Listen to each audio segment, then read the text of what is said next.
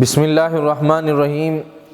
ایک شخص نے ایک خوبصورت لڑکی سے شادی کر لی، اپنی بیوی سے بہت محبت کرتا تھا، مگر ایک دن اس لڑکی کی جلد کو کوئی بیماری لگ گئی جس سے اس کی خوبصورتی روز بروز گھٹتی جا رہی تھی۔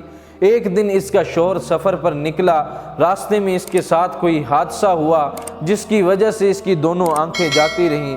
خیر، ان کی ازدواجی زندگی یوں ہی چلتی رہی اور اس لڑکی کی خوبصورتی مزید گھٹتی رہی، مگر اندھے آدمی کو اس بات کا علم نہیں تھا، لہٰذا ان کی زندگی پر اس بات کا کوئی اثر نہیں پڑا۔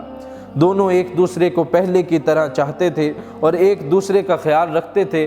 خدا کا کرنا ایسا ہوا کہ ایک دن اس لڑکی کا انتقال ہو گیا۔ اس کا شوہر اس صدمے سے نہایت غمگین تھا اور اسی کے باعث اس نے ارادہ کیا کہ اس علاقے کو چھوڑے۔ اس نے اپنا سارا مال و اسباب جو وہاں پر تھا وہ بیچ دیا اور وہاں سے جانے لگا، تو اسے ایک شخص نے آواز دی اور کہا کہ پہلے تو تمہاری بیوی تمہارے ساتھ تھی، اب اکیلے کیسے جاؤ گے؟ اب تک تو تمہاری بیوی تمہاری مدد کرتی رہی، تمہارا خیال رکھتی رہی، تمہاری آنکھیں بند بھی تھیں لیکن وہ تمہاری آنکھیں بنی رہی۔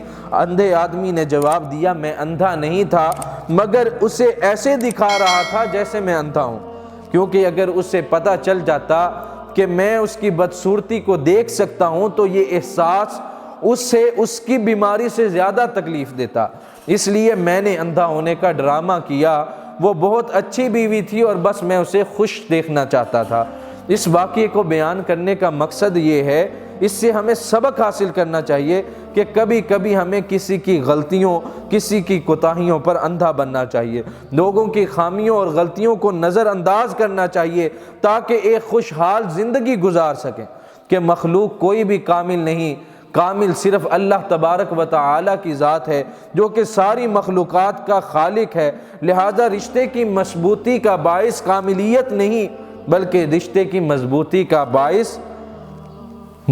کا راز اس بات میں ہے کہ ہم اپنوں کو ان کی تمام تر کوتاہیوں اور خامیوں کے باوجود دل سے قبول کریں۔ اللہ تبارک و تعالی میرا اور آپ کا حامی و ناصر ہو اور اللہ تعالی ہمیں عمل کرنے کی توفیق عطا فرمائے۔ وما علیہ الا البلاغ۔